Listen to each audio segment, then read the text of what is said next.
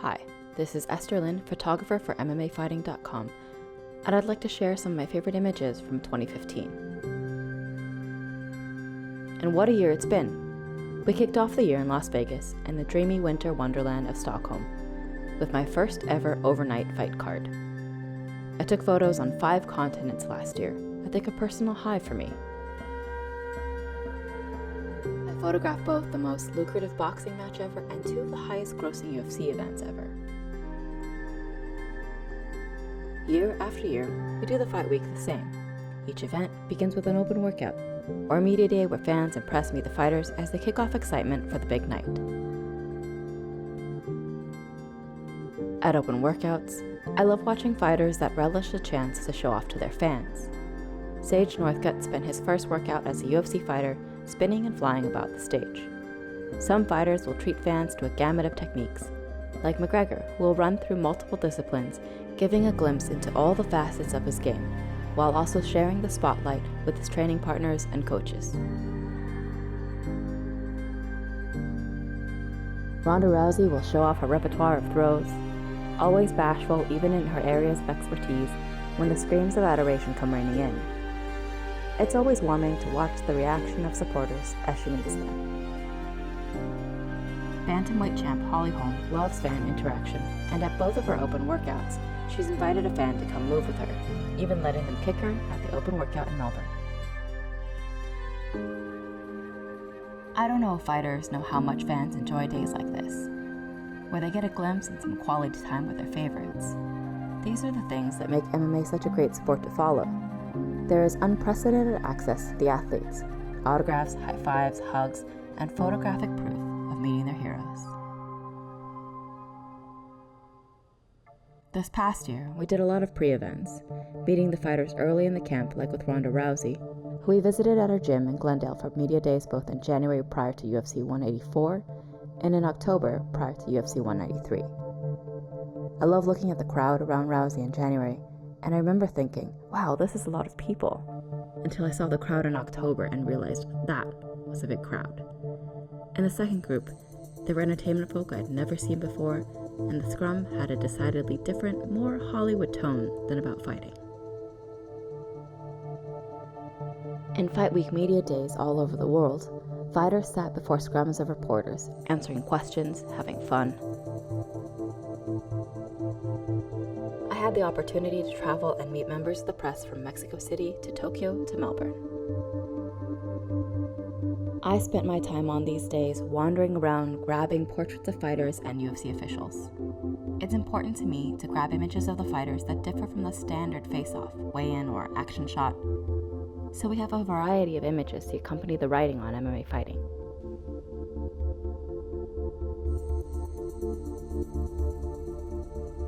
There were the special press conferences as well, a moment to meet your opponent eye to eye before the camps began, to take in that last impression before going off to train or to pick future fights even as one sat across from you. For Jon Jones and Anthony Johnson, it was an opportunity to play a prank on the boss.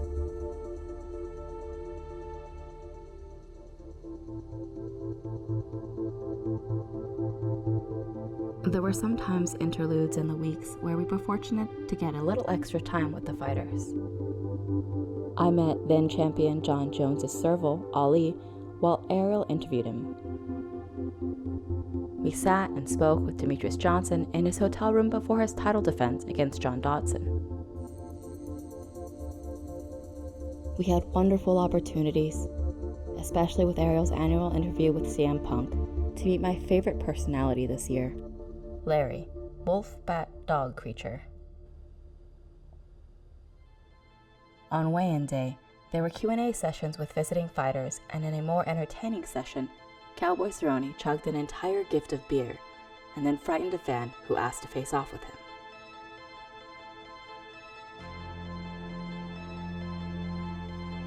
At weigh-ins, there were surprising moments of warmth, gifts, and other friendliness, but there was plenty of animosity, brought on by weeks of trash talk. High tension didn't always manifest in yells or shoving.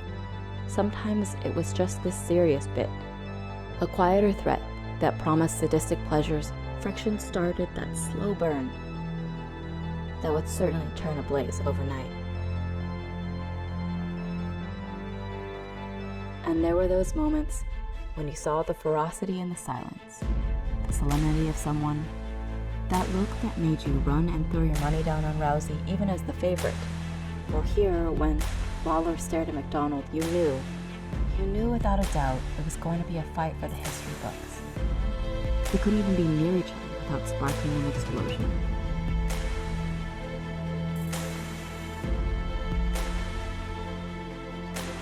Sometimes there was just the delirium of exhaustion, hunger, dehydration. I look at this image, and I still love that light flaring right into my lens in this moment. I still feel the distress in Rousey's quivering voice as it echoes in my memory.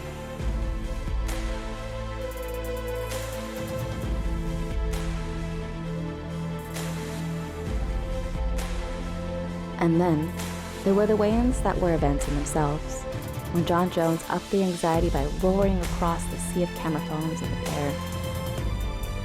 In the summer, the crowd of Irish at UFC 189 were as bright as their flags. The ocean of people looked like confetti dancing as the lights bounced about the arena. Conor McGregor took the scale.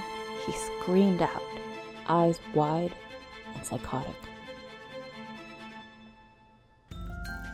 It's rare to have a night off, but in Stockholm, our fight night wouldn't begin until 10 p.m. the next night, so we took to the town and wandered into an area with piles of pristine snow. After a spirited snowball fight, Casey, Mike Bond, and Ariel are here swearing to peace, but Casey has no manners. Upon returning to the hotel, we find the Fox broadcast team also engaged in snowy warfare. Forever, one of my fondest memories is watching Brian Stan peg the Fox producer with well-formed, icy ammunition.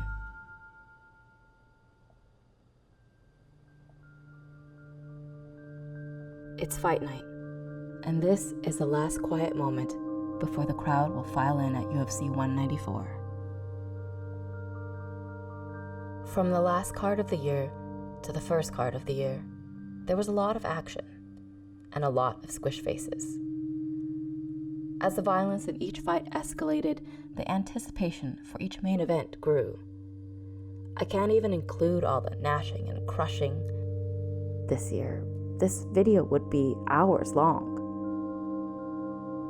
But this past year seemed especially busy, packed to the gills with nose-busting brawls. And fighters new to the American scene bursting on in full clashing colors.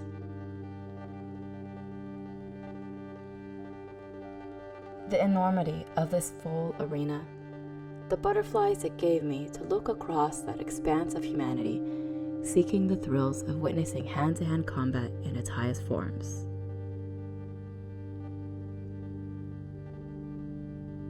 There were resurgences of yesterday's fights, as Kimbo finally took on Ken Shamrock in St. Louis of all places, but at least they got to build an arch.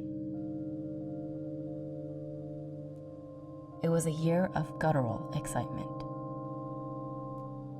The year's best fights had tides that ebbed and flowed, wild turns. Their external storylines explode inside the cage in a way that somehow always manifests narrative as action. There were grueling battles that left even the victor scarred, but swelling in blood could not mar the smile of a winner. Some fights saw comebacks so dramatic that I found my eyes full of tears, unable to control my sympathy for such earnest joy. My favorite fight of the year was such fire, blood seemed to appear from everywhere, and it burned between the rounds.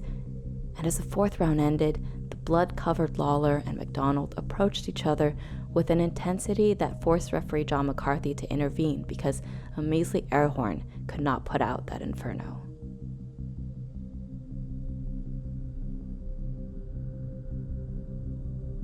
UFC 189 treated us to an entirely unique walkout experience with Sinead O'Connor there live, sending chills down my spine as Conor McGregor walked out to claim his place as the featherweight king. The July before, I was in Dublin, taking in the wildest crowd I thought I'd ever seen, and a year later, I was in Las Vegas, seeing that crowd transported stateside in full color and surround sound.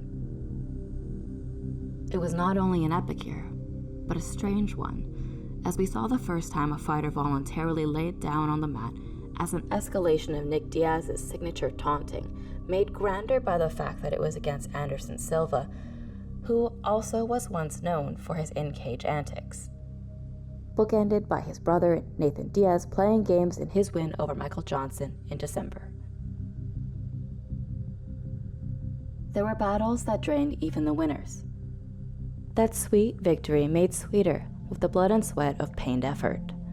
The exhaustion, the exaltation, everything, all of it overwhelming. There were so many best evers, biggest upsets, record-breaking this and that, and just gigantic world-turning moments, sport-defining nights packed into 2015. I myself felt overwhelmed. It was perhaps one of my busiest years on record, and what drove me through on fight nights as I ran on fumes was the desire to be present for the mastery of these battles. My gushing emotion was so often a point of embarrassment for me. But luckily, even these tough pugilists had tears to share.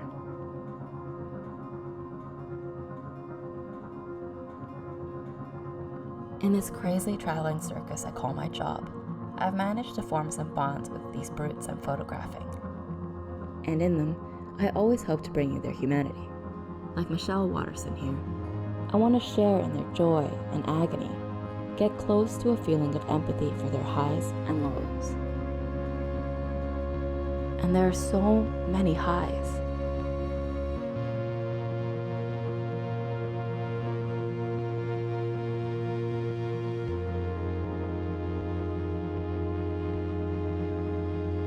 But just as many lows, those deep valleys of disappointment and hurt that seem insurmountable, especially in losing a championship.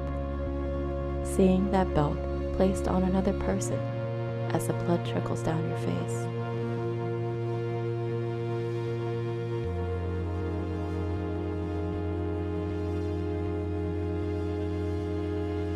But the fighter's happiness is a joy I envy. Perhaps we all feel this desire to feel that ecstasy one only earns from vanquishing an opponent in the cage or ring. That vaunted accomplishment of defeating the man or woman who is trying to take your head off, just as you are trying to take off theirs.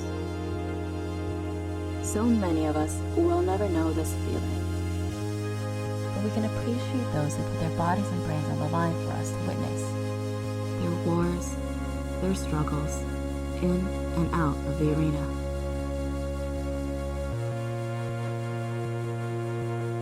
Who are these human beings, powerful and flawed, playing out their stories for us? Why are we so enamored when they succeed? Why are we so cruel when they fall? The opera of the sport is ultimately a tragedy. Even in victory, there is always someone's pain.